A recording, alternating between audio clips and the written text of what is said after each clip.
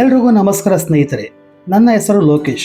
ಮತ್ತೊಮ್ಮೆ ನಿಮಗೆಲ್ಲರಿಗೂ ಮೈಸೂರು ಲೋಕೇಶ್ ಯೂಟ್ಯೂಬ್ ಚಾನಲ್ಗೆ ಆತ್ಮೀಯವಾದ ಸ್ವಾಗತ.